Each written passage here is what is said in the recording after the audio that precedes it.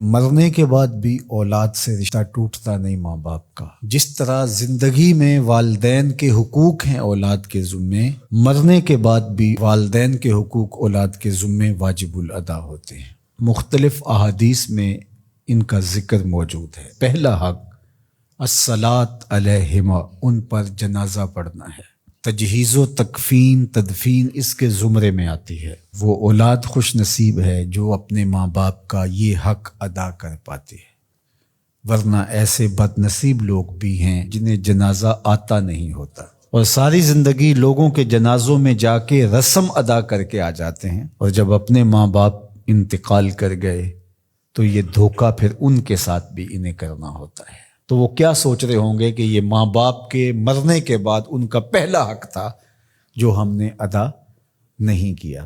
دوسرا حق استغفار لہما، ان کے لیے بخشش کی دعا کرنا، مغفرت کی دعائیں کرنا، اے اللہ ان کی مغفرت فرما۔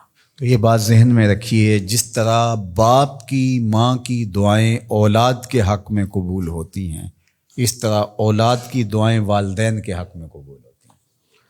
تو ان کے لیے استغفار کیا جائے۔ ایک شخص فوت ہوا اور اپنی بدعمالیوں کی وجہ سے قبر میں جکڑا گیا، تو بعد میں اچانک اس سے عذاب اٹھا لیا گیا کچھ عرصے کے بعد۔ تو بارگاہ عزدی میں عرض گزار ہوا، مالک میرے اعمال تو ایسے نہیں تھے کہ مجھے ان مشکلوں سے نکال کے کھڑکی کھول دی گئی جنت کی، تو کہا کہ تیرے مرنے کے بعد تیری بیوی کے ہاں جو بیٹا پیدا ہوا، تیرا بچہ پیدا ہوا، پھر اس نے اس کو پروان چڑھایا، اب وہ بولنے لگا اور اس کو وہ درس گاہ میں چھوڑ آئی، تو استاد نے اس کو پڑھایا، بیٹا پڑھو بسم اللہ الرحمن الرحیم، تو اس نے یہ پڑھا، مجھے شرم آئی کہ اس کا بیٹا مجھے رحمان الرحیم کہہ رہا ہے اور میں اس کو عذاب دوں۔ اللہ اکبر۔ اولاد نیک ہو تو اس کا فائدہ ماں باپ کو پہنچتا ہے۔ ایک حق یہ بھی ہے کہ اولاد نیک ہو، چونکہ اچھے اور برے اعمال قبر میں ماں باپ کو پیش کیے جاتے ہیں۔ اچھے ہوں تو خوش ہوتے ہیں، برے ہوں تو انہیں تکلیف پہنچتی ہے۔ اس لیے ماں باپ کا مرنے کے بعد جو اولاد کے ذمے حق ہے، ان میں سے ایک حق یہ ہے کہ وہ نیک اور صالح ہوں تاکہ ان کو قبر میں راحت پہنچے۔ تیسرا حق ماں باپ کا جو اولاد کے ذمے ہے وہ انفاذ العہد ہے، ان کے عہد پورے کرنے، ان کے وعدے پورے کرنے۔ یعنی انہوں نے جو عہد کر رکھا تھا کسی وجہ سے پورا نہیں کر سکے، تو اولاد کے ذمے ہے کہ وہ اس کو ادا کرے۔ وہ عہد اللہ سے بھی ہو سکتا ہے اور اللہ کی مخلوق سے بھی ہو سکتا ہے۔ اللہ سے کوئی منت مانی تھی، پوری نہیں کر سکے، اسی طرح مخلوق کے ساتھ کوئی وعدہ تھا، اس وعدے کی تکمیل نہیں ہو سکی تھی، تو ان وعدوں کو پورا کرے۔ اس طرح قرض دینا تھا کسی کا اور انتقال کر گئے، تو اولاد اس کو اپنی طرف سے ادا کرے۔ اس کا اگر مال ہے تو اس کے مال سے ادا کر کے اس کے بعد پھر جو ہے وہ اس کی وراثت تقسیم ہوگی، اور اگر مال نہیں بھی تھا تو پھر بھی اولاد کے ذمہ ہے کہ اپنے باپ کا قرض ادا کرے، اور یہ اگر جنازہ پڑھنے سے پہلے کر دیا جائے تو یہ سب سے اچھا اور سب سے بہتر ہے۔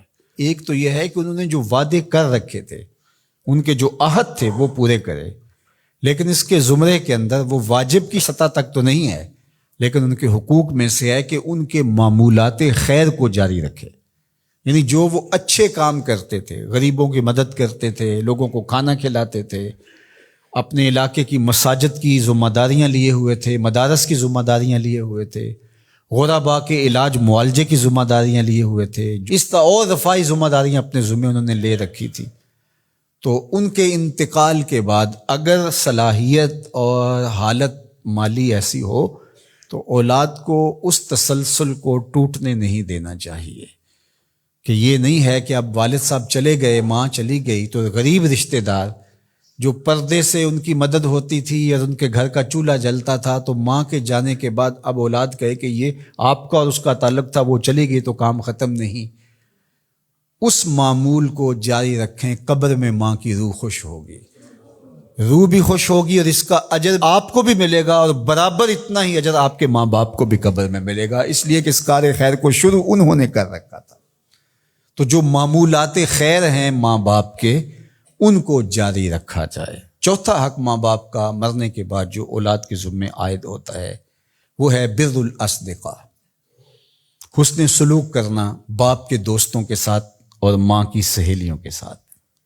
خالہ ماں کی جگہ پہ آتی ہے اور چچا باپ کی جگہ پہ آتا ہے، تو ماں کے انتقال کے بعد جو ماں کی طرف سے رشتہ داری کا سلسلہ ہے اس کو توڑ نہ دیا جائے کہ اب ماں نہیں رہی تو رشتے بھی ختم، اس طرح باپ نہیں رہا تو رشتے بھی ختم، تو ان کے ساتھ صلہ رحمی کی جائے۔ مرنے والے والدین کے حقوق کو کون ہے ایسا دین جو اس طرح بیان کرے گا؟ آج دنیا یورپ کی بات کرتے ہیں، وہ تو زندہ ماں باپ کو اولڈ پیپلز ہوم میں چھوڑ آتے ہیں۔ ایک ماں 10 بچوں کو پال لیتی ہے، 10 بیٹوں کو ایک باپ پالتا ہے، پھر 10 بیٹے مل کر ایک باپ کو نہیں پال سکتے۔ تو خوش نصیب ہیں وہ لوگ جو اپنے ماں باپ کی خدمت کو شعار زندگی کہتے ہیں۔